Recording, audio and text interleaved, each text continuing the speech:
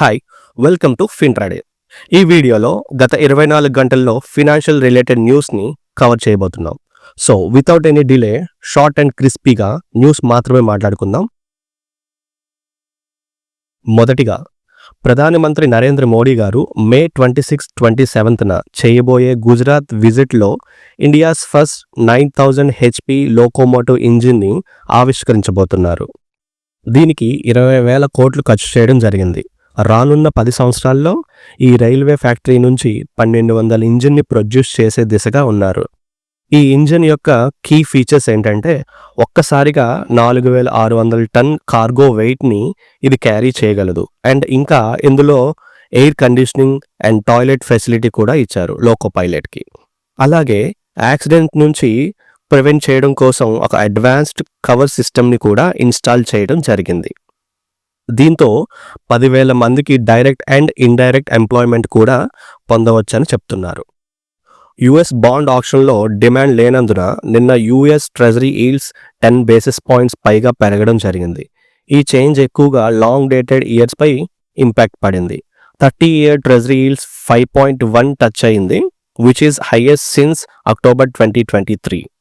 10-year treasury yields వచ్చేసి 4.6, which is highest level since February.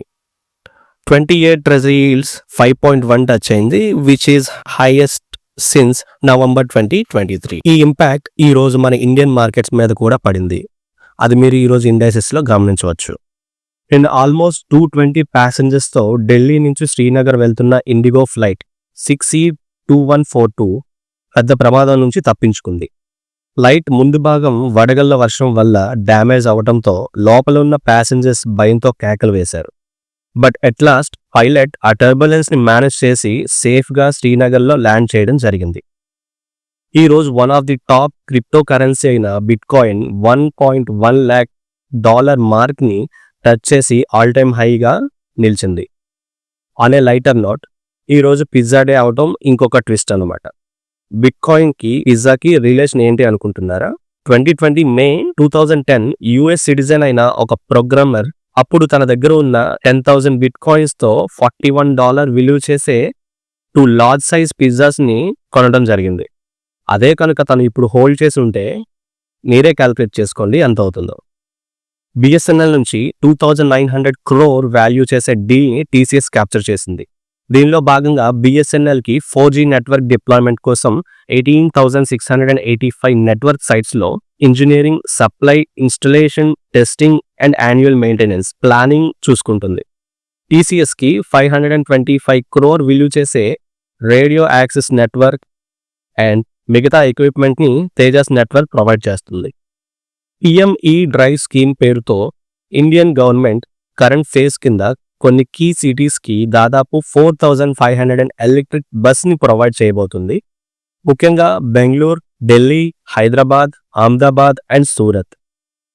April 2024 to March 2026 ఈ 2 సంవత్సరాల్లో 10,900 crore ఖర్చు చేస్తూ 14,028 బస్సెస్ ప్రొవైడ్ చేయాలన్న ఎయిమ్తో ఉన్నారని ఆర్టికల్స్ ఉన్నాయి.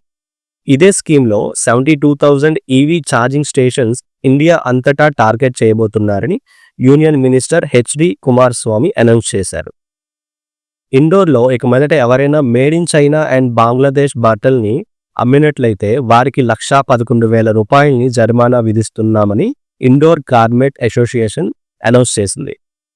అమృత్ భారత్ మిషన్ పేరు మీదుగా ఈరోజు ప్రైమ్ మినిస్టర్ నరేంద్ర మోడీ గారు రాజస్థాన్లో 18 స్టేట్స్ సంబంధించి 103 అమృత్ భారత్ స్టేషన్స్ని ఇనాగ్రేట్ చేయడం జరిగింది.